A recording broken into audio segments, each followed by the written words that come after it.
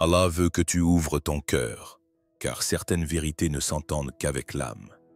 Si des choses tournent mal dans ta vie, il y a quelque chose à comprendre. Ce n'est pas une table dressée pour toi, c'est un piège tissé pour t'épuiser. Et ce piège vient souvent de là où tu as le plus confiance. Ceux qui portent ton nom, partagent ta table, regardent que le même passé. La parenté n'est pas toujours synonyme de proximité. Toutes les maisons ne portent pas la miséricorde. Dans certaines, ce n'est pas la paix, mais ta vie qui s'amenuise. Sans t'en rendre compte, ton âme se fatigue, ton corps s'épuise. Car là-bas, ni les prières ne sont exaucées, ni le cœur ne trouve de repos. Tous les sourires ne sont pas sincères. Certains ne veulent pas te voir t'élever. Certains ne se nourrissent pas de ton pain, mais cherchent à t'anéantir avec. C'est pourquoi Allah t'éloigne de certaines maisons. Ce n'est pas un simple avertissement. C'est une vérité murmurée pour te protéger. Ne te contente pas de l'entendre. Comprends, ressens, souviens-t'en. Tu n'es pas obligé d'aller partout où l'on t'invite. Toutes les tables ne t'apportent pas de bien. Allah t'écarte de certaines car il t'aime. Voici pourquoi tu ne devrais jamais entrer dans 5 maisons de proches. Ces vérités pourraient changer le cours de ta vie. Ouvre ton cœur. C'est parti. 1. La maison d'un proche rongé par la rancune. Certaines maisons semblent chaleureuses vues de l'extérieur. On y trouve des visages souriants, des mots doux, des tables garnies. Mais sache que toutes les tables ne sont pas bénies. Tous les visages ne reflètent pas la sincérité. Et tous les proches ne sont pas une grâce d'Allah. Certains sont une épreuve. Allah teste ses serviteurs, même par leurs proches, car ceux qui partagent ton sang ne désirent pas tous ton bien. Entrer dans la maison d'un proche rongé par la rancune, c'est y apporter plus que ton corps. Ton âme, ton énergie, tes intentions s'y exposent. Ce qui t'attend n'est pas un repas, mais un lent processus de destruction. La rancune grandit dans le cœur, nourrie par la jalousie. Elle observe en silence. Tes vêtements, ta vie, tes fréquentations. Elle ne t'approche pas avec amour. Tes réussites éveillent sa colère, mais elle te sourit. Elle t'accueille bien, pose des questions. Mais rien n'est par curiosité.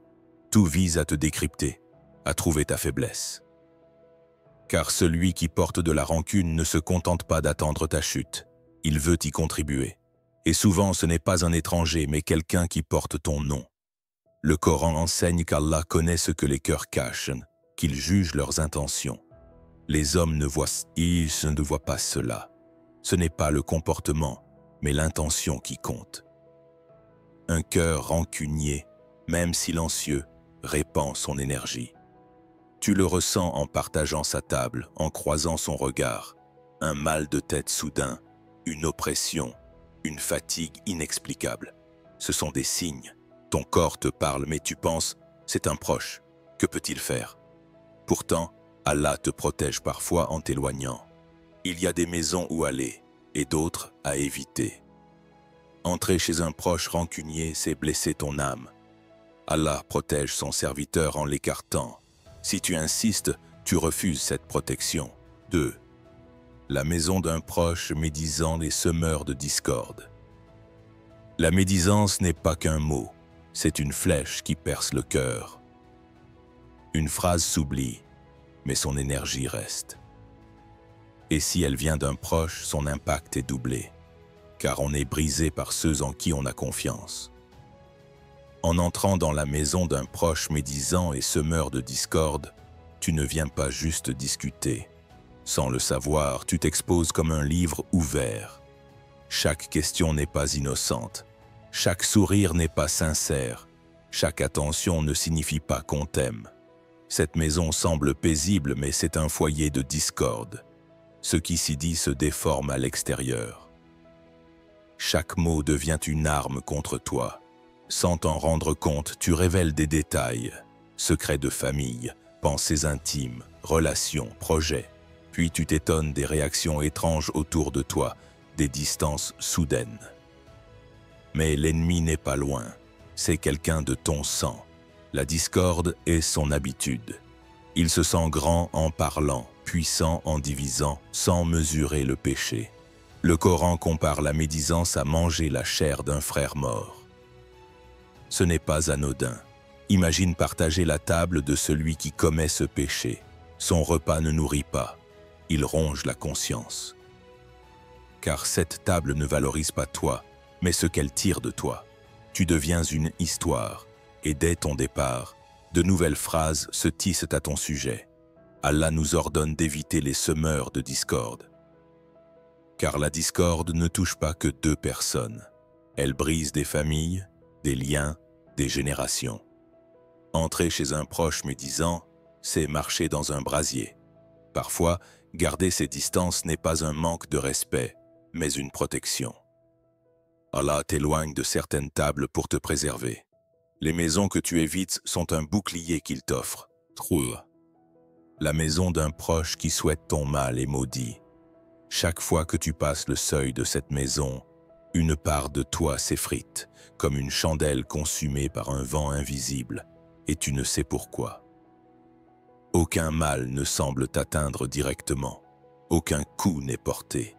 Pourtant, une ombre s'installe comme un nuage voilant ton âme. Tes espoirs s'étiolent, une fatigue sans cause t'enveloppe, tes nuits deviennent agitées. Tu te demandes, cher ami, que m'arrive-t-il? La réponse se cache dans ces murs.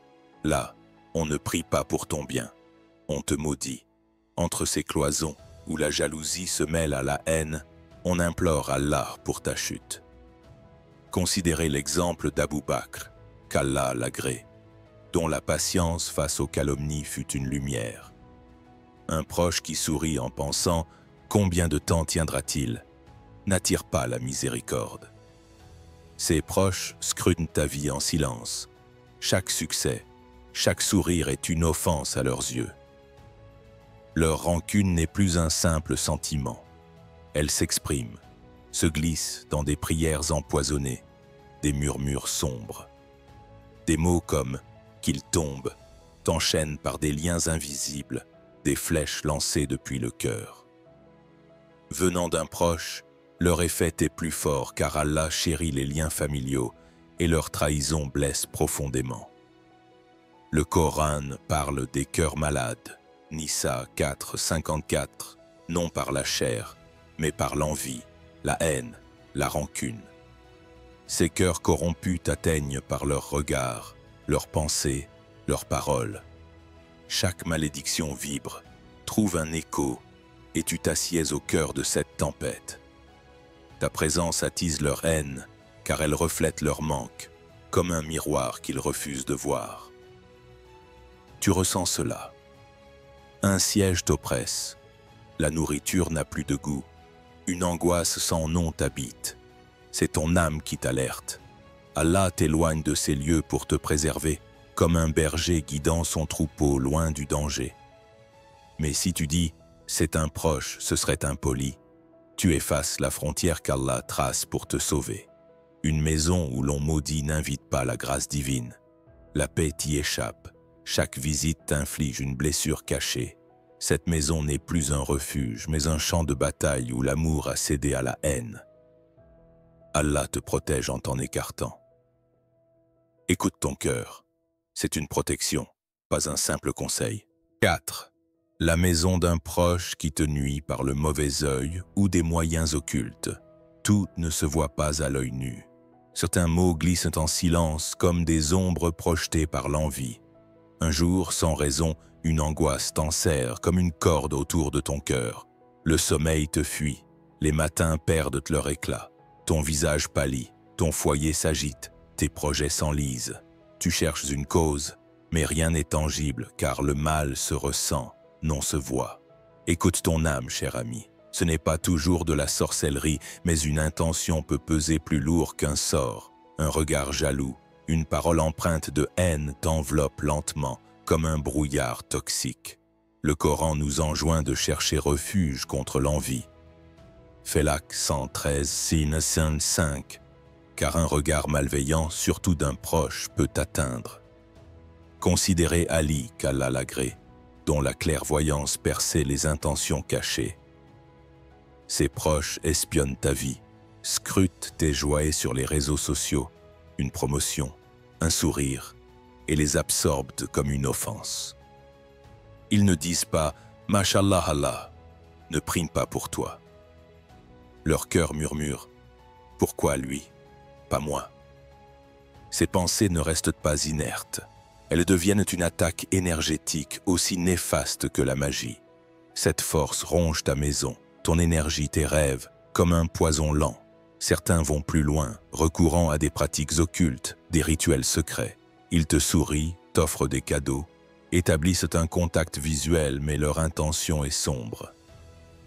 Ils cachent leurs actes, mais les signes apparaissent en toi. Paix envolée, cœur serré, intuition muette. Tu te sens étouffé lors d'une réunion familiale ou après un thé partagé. Cette maison, Allah veut t'en éloigner, car ton âme y suffoque. Il t'ordonne de fuir les intentions malveillantes, comme un voyageur évitant un sentier maudit. Ta sécurité réside dans la pureté des cœurs, non dans la foule. N'entre pas chez un proche dont le regard dissimule le mal. Cette maison est un lieu où le mal circule, un piège où l'envie tisse ses filets. Chaque visite draine ton énergie, comme une plante privée de lumière. Allah te guide vers des lieux où l'amour et la sincérité règnent, loin de ces ombres. 5. La maison d'un proche qui t'exploite pour des biens ou des intérêts. Dans cette maison, la sincérité est absente, comme une flamme éteinte sous la cendre. La proximité naît du calcul, non de l'amour, comme un filet tissé par l'avidité. Celui qui t'appelle frère te voit comme un pion sur son échiquier. Ses paroles, ses invitations, ses sourires cachent un intérêt, une stratégie froide. Tu ouvres ton cœur, donnes ton effort, ta confiance, sans voir le piège. Mais il transforme chaque don en profit, comme un marchand pesant l'or. Cette maison n'est pas un foyer, mais un théâtre d'intérêt. Le Coran met en garde contre ceux qui consomment les biens injustement, surtout dans les héritages. Nisa 4, 32. Car l'argent révèle les cœurs. Voyez Omar, qu'Allah l'agrée, dont la justice trancha les abus familiaux. Un proche qui t'aime pour ses gains ne pleure pas ta peine. Il exige, manipule avec ruse, si bien que, lorsque tu comprends, tu as perdu beaucoup. Temps, énergie, dignité. Lors d'un partage d'héritage, le mon cher devient adversaire et la maison se mue en quartier général d'un conflit. Ses proches ne t'appellent qu'en cas de besoin. Un prêt, un contact, un service. Ils visent ce que tu possèdes, pas qui tu es. Tu es une ressource, un guichet. Si tu donnes, tu existes. Si tu refuses, tu as changé, deviens l'ingrat d'une dispute familiale. Partager leur table, c'est offrir ton travail en sacrifice, comme un agneau livré à l'autel de leur avidité. Leur soif ne s'éteint ni par la générosité, ni par la bonté. Ils ne pensent qu'à leur butin, tout le reste n'est qu'un outil. Allah condamne l'injustice et t'appelle à la vigilance. Car l'oppression n'est pas toujours un coup. Parfois, un proche t'étreint pour mieux t'explorer, et tu crois encore à l'amour. Ton cœur se serre lors d'un repas de famille, car ton âme sait. Cette maison, Allah t'en éloigne. Elle n'offre ni conscience ni miséricorde, seulement les murs glacés du profit. Écoute cette voix intérieure. Chaque pas vers cette maison est un pas vers la perte.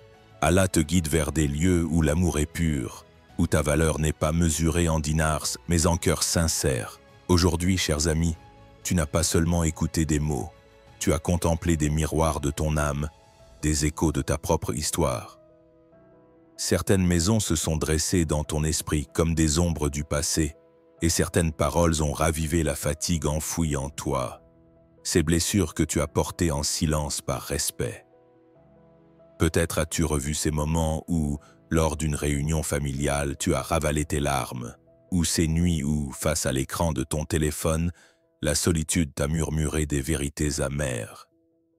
Sache, ô frères, ô sœurs, qu'Allah voit tout. Chaque larme versée dans l'ombre, chaque patience tissée dans l'épreuve, chaque résistance muette face à l'injustice.